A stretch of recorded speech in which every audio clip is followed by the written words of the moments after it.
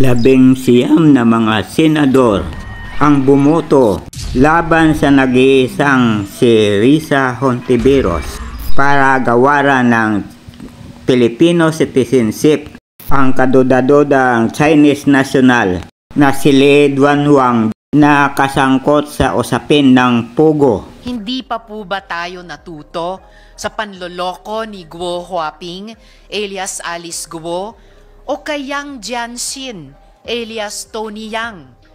Hindi pa ba tayo nadala sa mga abusadong dayuhang nagpanggap na Pilipino para pagkakitaan ang taong bayan at dungisan ang ating mga sistema?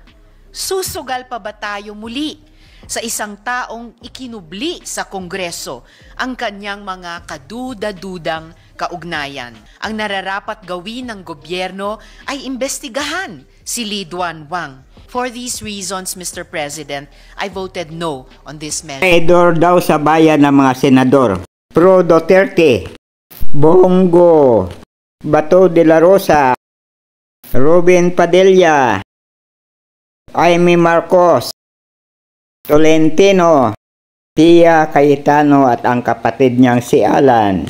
Yung iba hindi ko na matukoy. Please don't forget to subscribe to my YouTube channel, Stories of Uncle Paeng. Comment, like, and share, and thank you for watching.